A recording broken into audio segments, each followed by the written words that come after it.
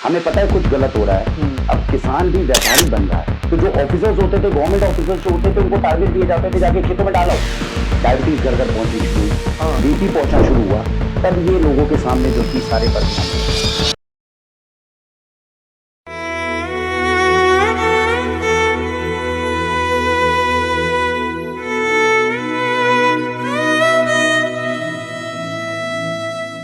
2016 की बात है, जब आपने देखा होगा पहले प्रिलिमिनरी सबसे ज्यादा वीडियोस आनी शुरू हुई थी, किस तरीके से सब्जियों के अंदर इंजेक्शन लगने शुरू हुए, यूरिया, केमिकल, पेस्टिसाइड्स। हालांकि ये बहुत पहले से डल रहे थे, लेकिन जो यूट्यूब का जब प्रचलन आया, जब वीडियोस बहुत आम होने लगी, तब ये लोगों के सामने जो थी सारे पर्दे आने लगे।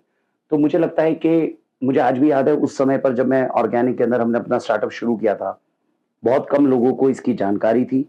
ऑथेंटिसिटी कैसे चेक करना है, इसके बारे में कोई पैरामीटर देश में नहीं था।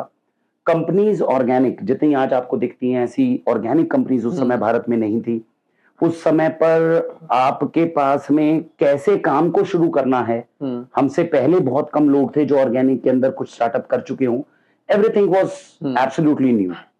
और स्टार्टअप जब देश के अंदर एंटरप्रेन्योरशिप में बात होती है, तो कहीं ना कहीं यही आती है, इसे एंटरप्रेन्योरशिप या स्टार्टअप कहते भी इसीलिए कि आप कुछ ऐसा करें जो समाज कल्याण में, देश के लिए पहले आप पथ प्रदर्शक के रूप में उसको पथ को खोजें, उसको चेक करें कि ये सच में एक संभावना कोई उत्पन्न करता है कि नहीं। तो वहां से जब हमारी शुरुआत हुई, तो उसके बाद में आज 8 साल हो गए हैं। अब हम जैविक किसान जितने देश में हैं, वो जो भी चीज भारत की सर्वश्रेष्ठ, अगर किसान ये दावा करता है कि मैं देश की सर्वश्रेष्ठ सबसे बेहतरीन उत्पाद उगाने में कामयाब हो गया हूं, उसको हमारा समर्थन जाता है। 82,000 से ज्यादा लोग हमें फॉलो करते हैं पूरे इंडिया में यूट्यूब चैनल के माध्यम से। प्रॉब्लम क्या होती है, व्यक्ति जो है भ्रम में बहुत जीता है, और ये बहुत जरूरी है कि भ्रम टूटे। हमारी आंखों के सामने धोखा किया जा रहा है, भ्रम जो है उत्पन्न किया जा रहा है। हमें पता है कुछ गलत हो रहा है, लेकिन उसी नारायण की माया है जो हमें उसे समझने नहीं देती। अब ध्यान से समझिएगा मैं क्या कहना चाह रहा हूं। 1990 के दशक के अंदर हमारे देश में कितने लोग थे जिनको डायबिटीज था, जिनको बीपी था, जिनको हार्ट अटैक आते थे, आप समझे, जिनको थायराइड की प्रॉब्लम थी? किसी को नहीं थी। 1990 तक भोजन में एडल्ट्रेशन के तरीके कितने थे?